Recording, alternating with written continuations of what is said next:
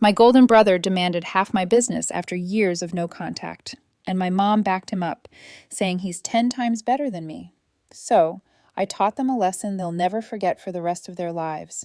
I never thought I'd be writing this story, but after everything that's happened in the past few months, I need to get this off my chest. I, 35, female, a software engineer who built a successful cybersecurity consulting firm from the ground up. My company now employs 47 people and generates about $12 million annually. Not bad for someone who started coding in her parents' basement 15 years ago. But this story isn't really about my success. It's about my toxic family and how they tried to destroy everything I'd worked for when they realized I'd actually made something of myself. Let me start with some background. I have a younger brother, Jake, who's 32. Growing up, Jake was the golden child who could do no wrong in our parents' eyes, especially our mother. While I was the quiet, studious kid who spent her time learning programming languages and building computers, Jake was the charming, athletic one who played varsity football and had girls constantly calling the house. Our parents, particularly Mom, made it crystal clear who their favorite was. When Jake needed a car for his 16th birthday, they bought him a brand new Mustang. When I turned 16, 6 months later, they handed me the keys to our old Honda Civic that was already 8 years old and had 150,000 miles on it. When Jake wanted to go to parties, they'd give him money for gas and tell him to have fun. When I wanted to attend programming camps or buy computer equipment, I had to use money from my part-time job at the local computer repair shop. The favoritism was so blatant that even extended family members commented on it. But Mom would just smile and say that Jake needs more support because he's more social. Dad usually stayed quiet during these conversations, though I could sometimes catch him looking uncomfortable when Mom's bias was particularly obvious. Jake coasted through high school on his charm and athletic ability, getting into a decent state university on a partial football scholarship. I, meanwhile, earned a full academic scholarship to MIT. You'd think that would have impressed our parents, but Mom's reaction was to worry about how Jake would feel about his sister going to a better school. She actually suggested I should consider staying closer to home so Jake wouldn't feel overshadowed. That conversation was probably the moment I realized I'd never be the favored child, no matter what I accomplished. College was liberating. For the first time in my life, I was valued for my intelligence and technical skills rather than compared unfavorably to my brother. I thrived at MIT, graduating summa cum laude with a computer science degree and immediately landing a job at a top tech company in Boston. Jake, meanwhile, blew out his knee junior year, lost his scholarship, and barely managed to graduate with a business degree that he never really used. But whenever I came home for holidays, Mom would spend hours talking about Jake's potential and how he was figuring things out while barely asking about my career. The final straw came when I was 28. I'd just gotten engaged to Lucas, a brilliant data scientist I'd met at work, and I was planning to start my own company. When I shared this news with the family, Mom's first question wasn't congratulations or asking about my plans. It was whether I'd considered hiring Jake as a partner since he had a business degree. I politely declined, explaining that I needed someone with technical expertise, not general business knowledge, especially in the critical early stages. Jake laughed it off at the time, saying he wasn't interested in nerd stuff anyway, but I could see the disappointment in Mom's eyes. That Christmas dinner turned into a disaster when Mom kept pushing the issue, suggesting that as siblings, we should support each other's success.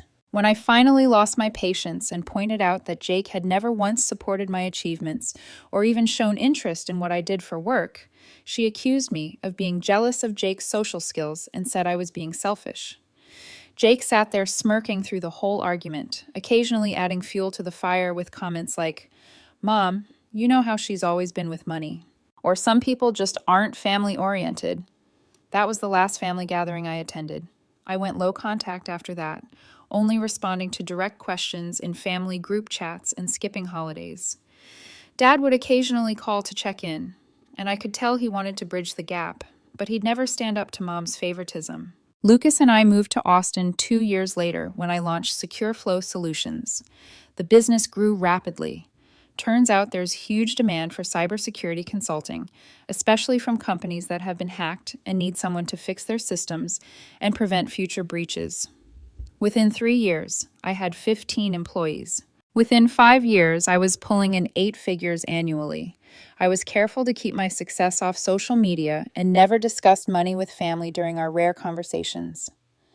Dad passed away from a heart attack 3 years ago. And while that was devastating, it also meant even less reason to maintain contact with Mom and Jake. The funeral was awkward. I hadn't seen Jake in person for almost 4 years, and he'd changed. Gone was the cocky athlete I remembered. He looked soft around the middle, had a patchy beard, and kept making comments about how lucky I was to have such a successful business. Mom spent the entire reception telling people how proud she was of both her children, conveniently omitting the fact that she'd barely spoken to me in years. After the funeral, I expected we'd go back to our minimal contact routine. I was wrong. About 6 months later, my mom called me out of the blue. This was unusual. She typically only called on my birthday or major holidays, and even then, the conversations were stilted and brief. "Honey, I've been going through your father's papers," she began, "and I found something that I think you need to know about." She claimed that Dad had kept a journal where he'd written about his hopes for his children's futures. According to her, he'd specifically written that he hoped Jake and I would eventually work together, combining my technical skills with Jake's business acumen. She said Dad had always dreamed of his kids building something together. I was skeptical, but I also felt guilty about our strained relationship and wondered if maybe Dad really had hoped we'd reconcile through business. I told Mom I'd think about it, but I wasn't making any promises. 2 weeks later, Jake called me directly for the first time in years. "Hey, sis," he said, using a term of endearment he'd never used when we were kids. "Mom told me about Dad's journal. I've been thinking a lot about what he wanted for us." Jake explained that he'd been working various sales jobs since college, but had never found his calling. He said learning about Dad's wishes had made him realize that maybe we were meant to work together, that maybe he could help take my business to the next level. Despite my instincts screaming that this was a bad idea, I felt obligated to at least hear him out. We arranged to meet for lunch the following week, when he'd be in Austin visiting friends. The lunch meeting should have been my first red flag. Jake didn't come alone. He brought his girlfriend, a woman named Melissa, who looked like she'd stepped out of a fashion magazine. She was probably mid-20s with long blonde hair, perfect makeup, and the kind of curves that made every man in the restaurant take a second look. "This is Melissa," Jake said proudly. "She's been helping me research your company and develop some ideas for how we could work together." Melissa smiled at me with perfectly white teeth and extended a manicured hand. "Jake told me so much about you, Betty. I'm so impressed by what you've built. I have a background in marketing and business development, so I understand how challenging it must have been to grow a technical services company." I was immediately suspicious. Since when did Jake date women with business backgrounds? In high school and college, his girlfriends had typically been cheerleaders and party girls, not exactly the type to research cybersecurity companies. During lunch, Jake pitched his vision for our partnership. He wanted to come on as COO, handling all business development, client relationships, and company expansion. He claimed that with his people skills and business degree, he could help me scale the company nationally, maybe even internationally. "Think about it, Betty," he said, leaning forward earnestly. "You're brilliant at the technical stuff, but you've always been more comfortable behind a computer than in a boardroom. I could handle all the client-facing work, the networking, the big picture strategy. We'd be unstoppable together." Melissa nodded enthusiastically. "Jake has such natural charisma. I bet your clients would love working with him. And imagine how much more you could focus on innovation if you didn't have to worry about all the business side of things." I listened politely, but kept my responses non-committal. Jake seemed to interpret my silence as interest, because by the end of lunch, he was talking about specific percentages. "I was thinking a 50-50 partnership would be fair," he said casually, as if he were discussing the weather.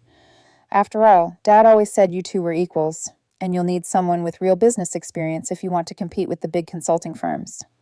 I nearly choked on my coffee. A 50-50 split for someone who'd never worked a day in cybersecurity and hadn't been part of building the company from nothing. "Jake," I said carefully, "I think you're getting a little ahead of yourself. This is just an exploratory conversation." His face darkened slightly, but Melissa quickly jumped in with a dazzling smile. "Of course, we're just excited about the possibilities. Why don't we all get together again soon? Maybe I could see your office. I'd love to understand more about what you do." Something about the way she said it made my skin crawl. There was an undertone to her voice, a suggestion that she wanted to understand more than just my business. After they left, I sat in my car for 10 minutes trying to process what had just happened. Jake had gone from barely speaking to me for years to demanding half my company based on some supposed journal entry from Dad that I'd never seen. And this Melissa woman, there was something off about her. I decided to do what I do best: research. That evening, I started digging into Jake's recent history. Social media stalking revealed that he'd been unemployed for the past 8 months after being fired from a car dealership for performance issues. His LinkedIn showed a pattern of short-term jobs, mostly in sales, with gaps between positions growing longer over time. Melissa was more interesting. Her Instagram showed the lifestyle of someone with money: expensive clothes, fancy restaurants, exotic vacations. But when I did a deeper dive, I found that her marketing and business development background was mostly working for multi-level marketing schemes and consulting for small businesses that had all failed within a year of hiring her. Most telling, though, was that Jake and Melissa had only been dating for 4 months, but every single one of her recent posts was designed to look like they'd been together much longer. She'd even posted old photos with other men, but cropped them out and added captions about "my love" that made it seem like she and Jake had a long history. This was starting to smell like a con. I called my lawyer, Mike Chen, who'd helped me set up the company initially. I explained the situation and asked him to review my corporate documents to make sure there was no way Jake could have any legitimate claim to ownership. "Betty, unless you signed something or your father had some kind of ownership stake that I'm not aware of, there's no way Jake has any legal claim to your company," Mike assured me. "But I'd be careful about any new contracts or agreements, and maybe we should think about tightening up your corporate structure." Meanwhile, Jake started calling me every few days, each time more pushy about moving forward with our partnership. He'd send me articles about successful sibling business teams and kept mentioning Dad's supposed wishes. The breakthrough came 2 weeks later when Melissa texted me directly. "Hey, Betty, I was wondering if you wanted to get coffee sometime. Just the two of us. I feel like we didn't really get to connect during lunch, and I have some ideas that might interest you." The winky emoji made her intentions pretty clear. I decided to play along and see what she was really after. We met at a trendy coffee shop in downtown Austin. Melissa had clearly dressed to impress: a low-cut blouse, short skirt, and heels that made her legs look like they went on forever. She spent the first 20 minutes asking detailed questions about my business, my clients, my revenue, my expansion plans. Then she started getting personal. "Jake told me so much about your relationship growing up," she said, leaning closer. "He feels terrible that you two grew apart. He really looks up to you." This was news to me, considering Jake had spent our entire childhood treating me like an annoying afterthought. "He's been researching cybersecurity nonstop since you two had lunch," she continued. "He's so excited about the possibility of working together. I think he sees it as a chance to finally have the kind of relationship with you that he's always wanted." I made non-committal responses while she kept probing for more information about my business operations, my biggest clients, my profit margins. It was clear she was fishing for intelligence, not trying to build a relationship. Then she made her move. "Betty, can I be honest with you?" she said, reaching across the table to touch my hand. "I think Jake might be selling himself short. From what I can see, you've built something amazing, but there's so much untapped potential. Someone with the right connections could help you expand in ways you've never imagined." Her hand lingered on mine, and she gave me a look that was definitely not about business development. "Maybe we should get together sometime when we can really talk," she purred. "Without Jake around, I think you and I could accomplish great things together." Bingo. She was trying to seduce me, probably hoping to get insider information she could use to help Jake in whatever scam they were running. I smiled and played dumb. "That's interesting, Melissa. What kind of connections are you thinking about?" For the next hour, she fed me a line of garbage about investors she supposedly knew, government contracts she could help me land, international expansion opportunities. None of it was specific enough to be real, but all of it was designed to make me think she was the key to taking my business to the next level. As she talked, she kept finding excuses to touch my arm, lean in close, or make suggestive comments about how we could explore possibilities together. It was both pathetic and infuriating. When we parted ways, she hugged me just a little too long and whispered, "I hope we can do this again soon. I think we have a lot to offer each other." That night, I set up a hidden camera system in my home office and started recording every conversation I had with Jake or Melissa. I had a feeling I was going to need evidence of whatever they were planning. Sure enough, Jake called the next day, more aggressive than ever. "Betty, I've been patient, but I need to know where we stand," he said. "Melissa thinks you're interested in moving forward, and I don't want to waste any more time. I need to know if you're serious about honoring Dad's wishes." "What exactly did Dad write in this journal?" I asked. "I'd like to see it before making any major decisions." There was a pause. "Well, Mom has it, and she's not comfortable sharing it right now. It's too emotional for her, but she told you what it said." "Jake, I can't make a business decision based on secondhand information about a document I've never seen." His tone shifted to barely controlled anger. "Are you calling Mom a liar? Are you saying she's making this up?" "I'm saying I'd like to see evidence before giving away half of the company I built from scratch." "Giving away?" he exploded. "This isn't giving anything away. This is honoring our father's memory and finally working together like a real family. But I guess I shouldn't be surprised. You've always been selfish when it comes to family." I hung up on him. 2 days later, Mom called, crying. "Betty, honey, Jake is so hurt," she sobbed. "He just wants to be close to his sister. Why are you being so stubborn about this? Your father would be heartbroken to see you two fighting." "Mom, I'm not fighting with anyone. I just want to see this journal entry before making any business decisions. I can't show it to you right now. It's too painful. But I promise you, Betty, your father wanted his kids to work together. He was so proud of both of you." This was rich, considering Dad had barely known what I did for work and had never once visited my office or asked about my business. "If Dad really wanted us to work together, why didn't he ever mention it to me when he was alive?" I asked.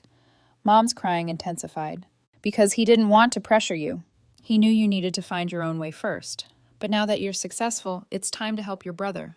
There it was, the real truth. This wasn't about Dad's wishes or bringing the family together. This was about Mom wanting me to take care of her golden child now that Jake had proven incapable of supporting himself. I told Mom I needed time to think about it and hung up. That weekend, Melissa texted me again, suggesting we meet for drinks. I agreed, curious to see how far she'd push things. She showed up at the upscale bar, wearing a dress that was barely legal and made sure to sit close enough that her leg pressed against mine. After 2 drinks, she was practically in my lap. "Betty, I'm going to be direct with you," she said, her hand on my thigh. "I think you and I have chemistry, real chemistry, and I think we could help each other in ways that go beyond business." She leaned in close, her lips nearly touching my ear. "Jake doesn't have to know about our private consultations. I could give you information that would help you make the right decisions about the partnership, and you could help me understand how a really successful woman operates." I almost laughed at how obvious she was being. Instead, I decided to test something. "That's interesting, Melissa. What kind of information are you thinking about?" She smiled seductively. "Well, I know Jake's been talking to some lawyers about his rights to the company. He seems to think he might have stronger legal grounds than you realize. But if we had our own arrangement, I could make sure you stay ahead of whatever he's planning." Now we were getting somewhere. "What lawyers?" I asked. "I probably shouldn't say," she said coyly, trailing her finger along my arm. "But maybe if we went somewhere more private, I could tell you more." I made an excuse about having an early morning meeting and left her at the bar, looking frustrated.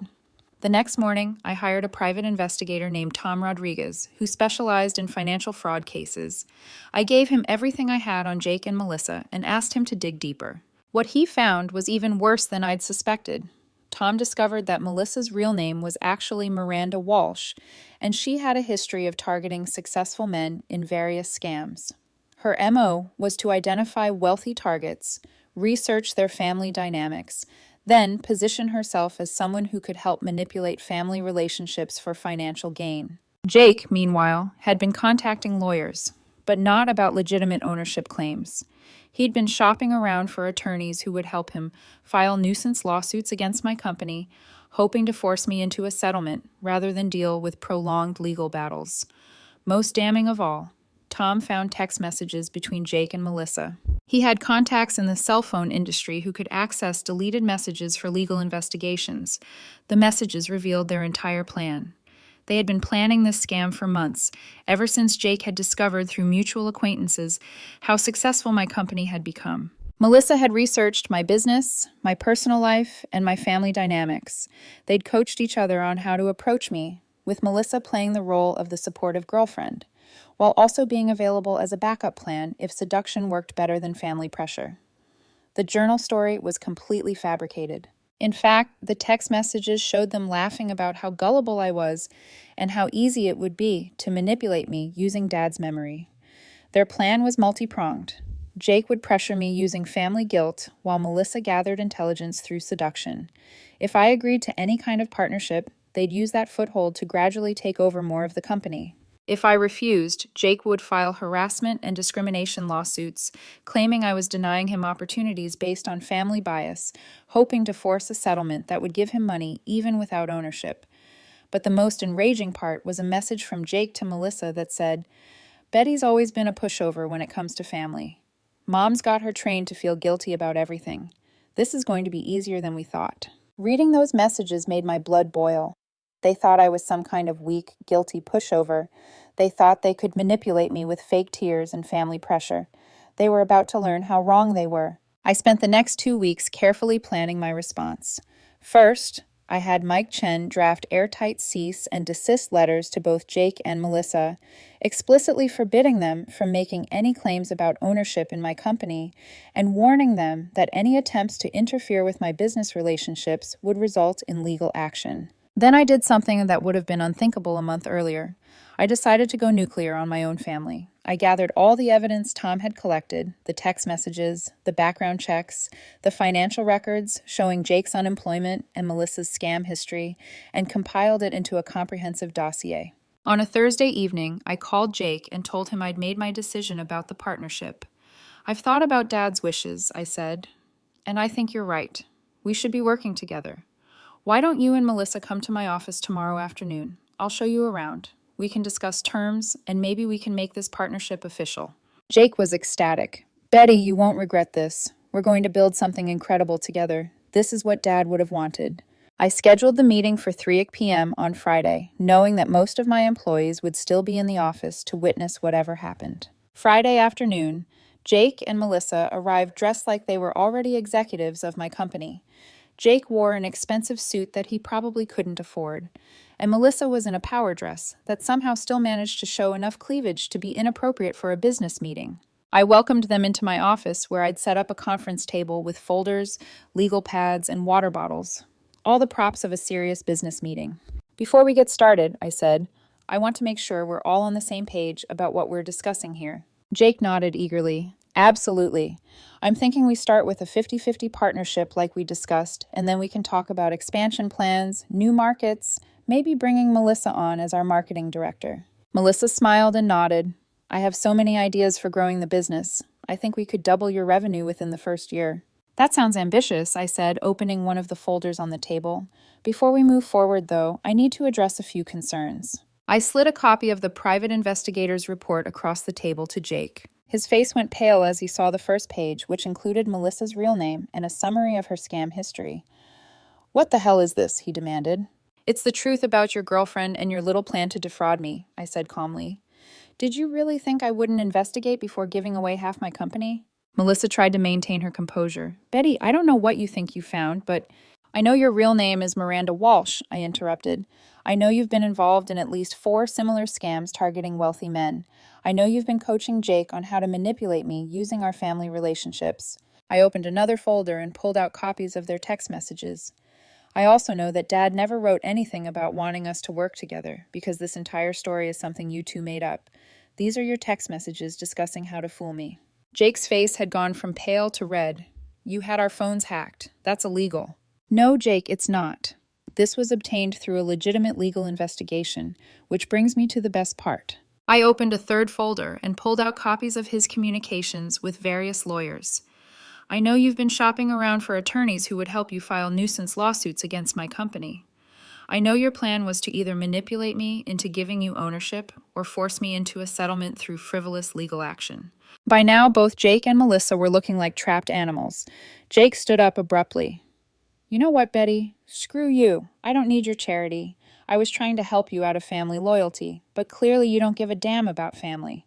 "Sit down, Jake," I said firmly. "We're not done." Something in my tone made him hesitate. He sat back down, his jaw tight. "See, the thing is," I continued, "I do care about family. I care about protecting myself and my business from family members who think they can scam me. So, I've taken some precautions. I opened the final folder and pulled out copies of the cease and desist letters Mike had prepared. These are legal notices formally warning both of you to stop making any claims about ownership in my company and to cease any attempts to interfere with my business. If you violate these terms, I will sue you for harassment, attempted fraud, and business interference. Melissa found her voice. You can't prove we did anything illegal. Maybe not criminal fraud, I agreed, but I can prove attempted extortion, harassment, and conspiracy to interfere with my business relationships. I can also prove that you've been using a false identity and have a history of similar scams. I leaned back in my chair. Here's what's going to happen. You're both going to sign acknowledgments that you have no claim to any ownership in my company. You're going to agree to have no further contact with me, my employees, or my business partners. And Jake, you're going to tell Mom the truth about this whole ridiculous scheme. Jake's jaw dropped. I'm not telling Mom anything. She believes in us working together. Oh, but you are, I said, smiling for the first time since they'd arrived. Because if you don't, I'm going to send copies of this entire investigation to every member of our extended family, along with a detailed explanation of how you tried to defraud your own sister using Dad's memory. I pulled out my phone and showed them the draft email I'd prepared with about 30 family members in the recipient list. I'm also going to post it on social media and tag everyone we went to high school with. I think they'd be very interested to learn what Jake Morrison has been up to lately. Melissa looked like she was going to be sick. You wouldn't... Try me, I said flatly. I built this company from nothing while dealing with a family that never supported me. You think I'm going to let you destroy it with lies and manipulation? You picked the wrong target. Jake was staring at the email on my phone, probably calculating how many people would see it and how humiliating it would be. What do you want? He asked quietly. I want you to sign these agreements, leave my office, and never contact me again unless someone is dying. I want you to tell Mom that you lied about Dad's journal and that this whole partnership idea was a scheme you cooked up because you're unemployed and desperate. I stood up and walked around the table to face them directly. And I want both of you to understand that if you ever try anything like this again, if you ever mention my name to a lawyer, if you ever claim any connection to my business, if you ever come anywhere near my employees or my office, I will dedicate every resource I have to destroying your lives. I will sue you into bankruptcy. I will make sure everyone you know understands exactly what kind of people you are, and I will use every contact I have in the business world to make sure neither of you can ever find decent employment again. The room was silent for a long moment. Finally, Jake reached for the pen. This is really messed up, Betty, he muttered as he signed the papers. No, Jake, I replied. What's messed up is trying to steal from your own sister and using your dead father's memory to do it. What's messed up is bringing a con artist into our family to help you commit fraud. What's messed up is thinking you could manipulate me the same way Mom manipulated me when we were kids. Melissa signed next, her hand shaking slightly. There's one more thing, I said as they prepared to leave. Jake, I want you to call Mom right now and tell her the truth. I'm not... You're going to call her, put it on speaker, and explain that you made up the journal story because you wanted money from me. If you don't, that email goes out to the family in 1 hour. Jake's shoulders slumped in defeat. He pulled out his phone and dialed Mom's number. Hi, Mom, he said when she answered. I'm here with Betty, and I need to tell you something. Oh, that's wonderful. Are you two finalizing the partnership? Jake looked at me with pure hatred in his eyes. No, Mom, there's not going to be a partnership. I need to tell you that I made up the story about Dad's journal. There was a long pause. What do you mean? I mean, Dad never wrote about wanting us to work together.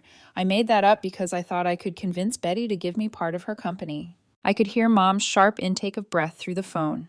Jake, what are you saying? I'm saying I lied to you and to Betty because I'm broke and I thought this was a way to fix my problems.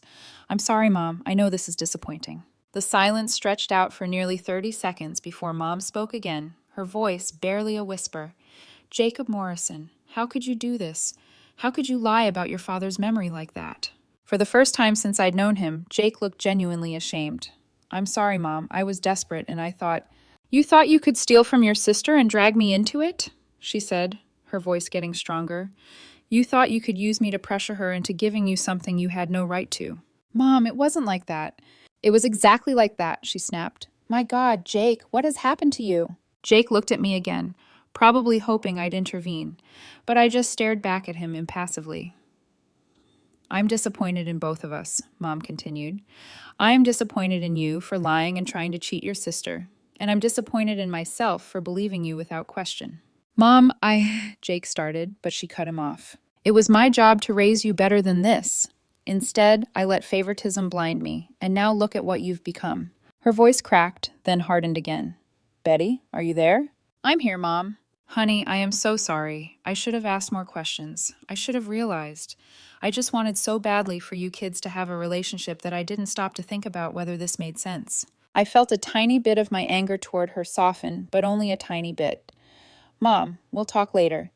Right now, I need Jake and his girlfriend to leave my office. Jake has a girlfriend? Mom asked. Jake shot me a warning look, but I was done protecting him. Her real name is Miranda Walsh, and she specializes in conning money out of successful men by manipulating their family relationships. She and Jake have been planning this scam for months. The silence on the phone was deafening. Finally, Mom spoke, her voice cold as ice. Jake, you get yourself home right now. We are going to have a very long conversation.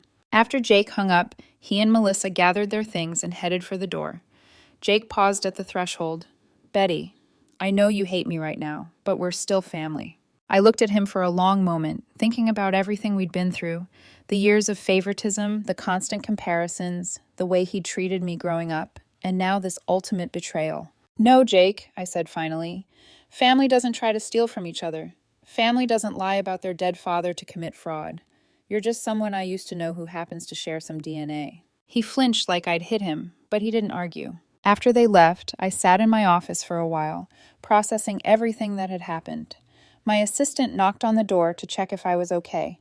Apparently, the tension had been visible even through the glass walls. I called Lucas to tell him what had happened. He'd known about Jake's initial approach and had been suspicious from the start. I'm proud of you for standing up to them, he said. I know that couldn't have been easy. It wasn't easy, but it was necessary. For the first time in my life, I'd refused to be manipulated by family guilt and had protected what I'd worked so hard to build. Over the next few weeks, I heard through Mom that Jake had moved back in with her temporarily while he looked for work. Apparently, Miranda, had disappeared immediately after our confrontation, leaving Jake to face the consequences alone. Mom called me a few days later to apologize again and to ask if there was any way I could forgive Jake. Mom, Jake is 32 years old, I told her. He's not some confused kid who made a mistake. He spent months planning to defraud me, brought a career criminal into our family, and tried to use Dad's memory to steal from me. Those aren't the actions of someone who deserves forgiveness. But he's your brother. No, Mom, he's your son, and you can have whatever relationship with him you want, but he's not my brother anymore. Brothers and sisters don't try to destroy each other. I wasn't completely heartless, though. A month later, when I heard that Jake was genuinely looking for work and had enrolled in a community college program to get some new skills, I had a friend who runs a small marketing company give him an interview. Jake got the job, an entry-level position that paid about a tenth of what he'd been hoping to steal from me, but it was honest work. I never told Jake that I'd helped him get the interview. I figured if he was really trying to turn his life around, he could do it without knowing I'd been involved. As for Mom and me, we're slowly rebuilding our relationship. She's made a real effort to understand why the favoritism hurt so much, and has acknowledged that she contributed to Jake's entitlement issues. We have lunch once a month now, and she's made it clear that she's proud of what I've accomplished.